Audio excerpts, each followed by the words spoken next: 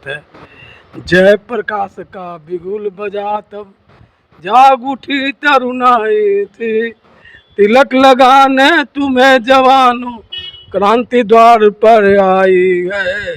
जय प्रकाश का बिगुल बजा तो जाग उठी तरुणाई है। यह गाना बहुत फेमस हुआ था। और हम लोग ऐसे दीवाने दुनिया को बदल कर मानेंगे, हम लोग ऐसे दीवाने दुनिया को बदल कर मानेंगे। ये सब गाने थे उस समय जो क्रांति गीत के रूप में प्रचलित हुआ करता था, और हम लोग जेल के अंदर भी इस गाने को दोहराते थे, तो याद आ जाता है। आए थे वहाँ पर अंतु थे और रामानंद से, ये लोग सब लोग साथ थे। हम इन लोग की उम्र से थोड़ा सा हम कम थे, लेकिन साथे साथे हम रहते थे।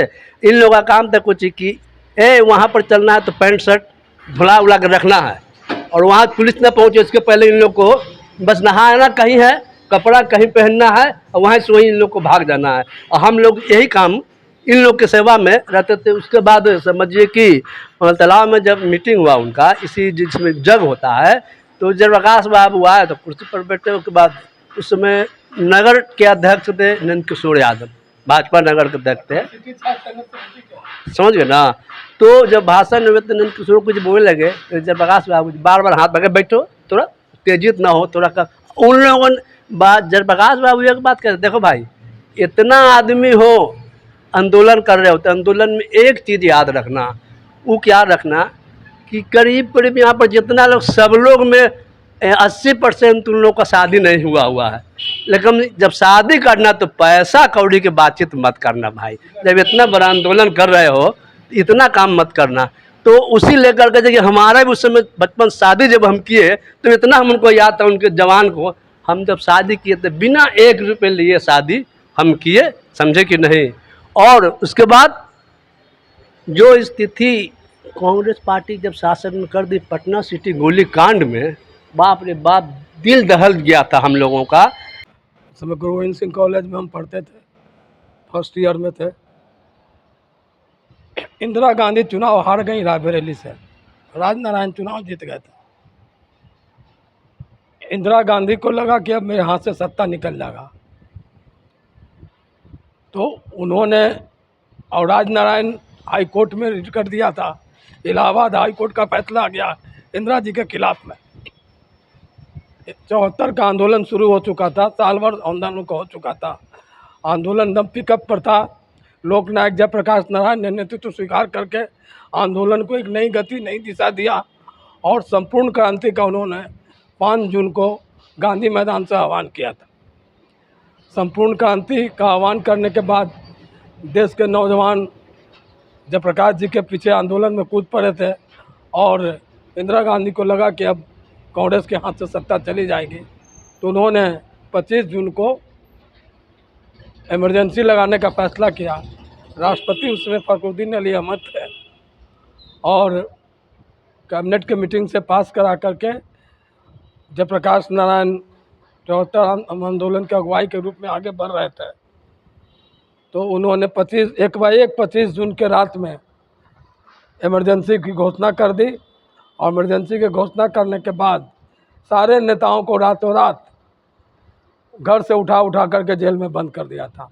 उसमें जयप्रकाश जी, जॉर्ज फर्नांडिस, कांग्रेस में भी बगावत हो चुकी थी उस समय। चंद्रशेखर के नेतृत्व में 6 MP रिजाइन दे चुके थे, जिसमें BP सिंह, मोहन दाड़िया, ये लोग भी इम्पोर्टेंट के रूप में थे। उन लोगों ने भी कांग्रेस के अंदर बगावत कर दिया था चंद्रशेखर के नेतृत्व में। चारों तरफ से इंदिरा गांधी कमज़ोर हो चुकी थी, तो अपना सत्ता बचाने के लिए उन्होंने इमरजेंसी की घोषणा की और सारे नेताओं को जेल के अंदर ठूल दिया। और समझ लीजिए कि एकदम माहौल ऐसा हो गया था ना, मालूम पड़ा ना कि आज़ादी भारत में हम लोग नहीं हैं, बल्कि लगता है जो लोग सुनते थे कि अंग्रेज़ गुलाम बना दिया था, उस तरह से हम लोग गुलामी के तहत उस समय जो है ना लुक छिप छिप करके इन लोग चलते थे। हम लोग तो उतना छोटा था, हम लोग उतना फर्क नहीं पड़ता था, इन लोग को ज़्यादा फर्क पड़ता था। इसमें मिसा DIR केस बना था। मिसा में जमानत नाम की चीज़ नहीं थी, और DIR में 6 महीना तक जेल का सज़ा था। तो लोग उस तरह से जेल में बंद होते चले गए। जयप्रकाश जी भी रातों रात जेल के अंदर चले गए, जॉर्ज फर्नांडिस जेल के अंदर चले गए, मधु दंडवते, मधु लिमये, सारे नेता लोग जेल के अंदर चले गए। 1974 का आंदोलन जो प्रबल रूप से जेपी आंदोलन जिसको कहते हैं, जब अपना अंतिम यानी विशाल रूप से पूरे भारतवर्ष के विशेषकर बिहार में एक आग फैल गई जेपी आंदोलन की।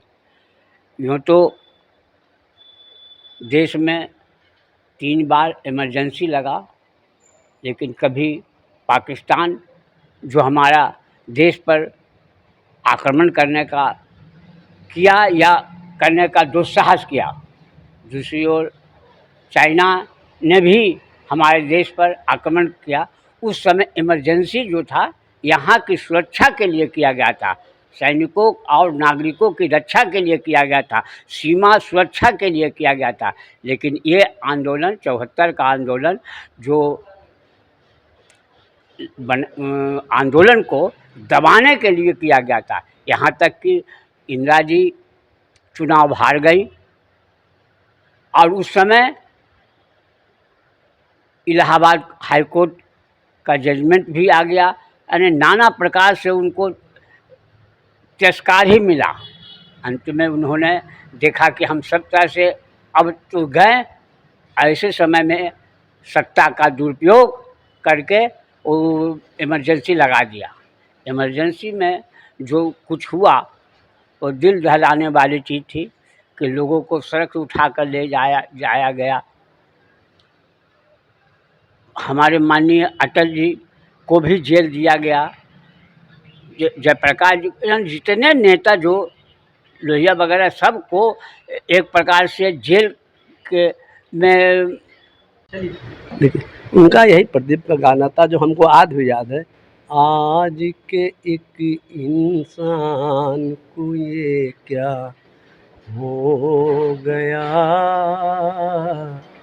उसका पुराना प्यार कहाँ पर खो गया, कैसी ये मनहूस घड़ी है, भाइयों में जंग छिड़ी है, कहीं पे खून कहीं पे है ज्वाला, जाने क्या है होने वाला, सबका माथा आज झुका है, आज़ादी का जुलूस रुका है, चारों ओर दगा ही दगा है, हर छुरे पर खून लगा है, आज दुखी है जनता सारी, रोते हैं लाखों नर नारी, रोते हैं आंगन गलियारी, रोती सलमा रोती है सीता,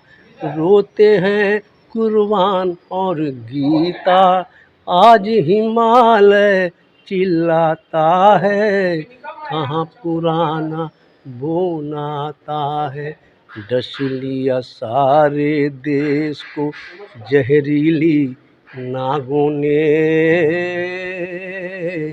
घर को लगा दिया आग घर के चिरागों ने, आज सलामत कोई न घर है, सबको लुट जाने का डर है, आज हर एक आंचल को है खतरा, आज हर एक घूंघट को है खतरा, खतरे में है लाज बहन की, खतरे में चूड़ियाँ दुल्हन की, डरती है हर पाँव की पायल, आज कहीं हो जाए न घायल, आज सलामत कोई न घर है, सबको लुट जाने का डर है, हमने अपने वतन को बेचा, आदमी के पतन को देखा, आज तो बहनों पर भी